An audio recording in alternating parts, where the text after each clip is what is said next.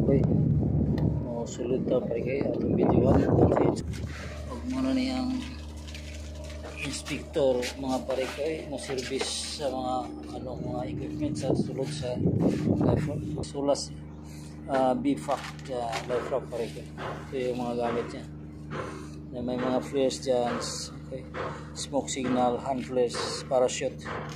So yun ang sine-check pare kay. Basta yung si anchor, meron niyang si anchor pare kay.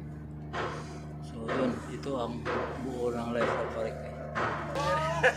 Pero sa Chinese, 10 years sir. Dispose na. RAM manufacture? 10 Yes years? sir.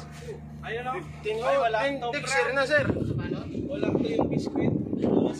From na acquired, 2015. Solas A yun eh. Dapat 2025. Oh, 2025 issue. Palitan. Solas A yung barato. Mga ganito sir yung sa training city. Iba-iba.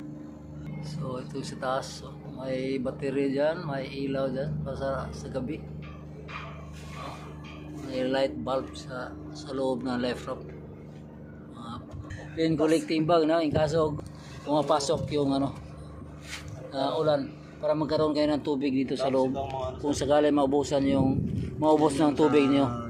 I-record yan pare ko para magbigyan ng certificate.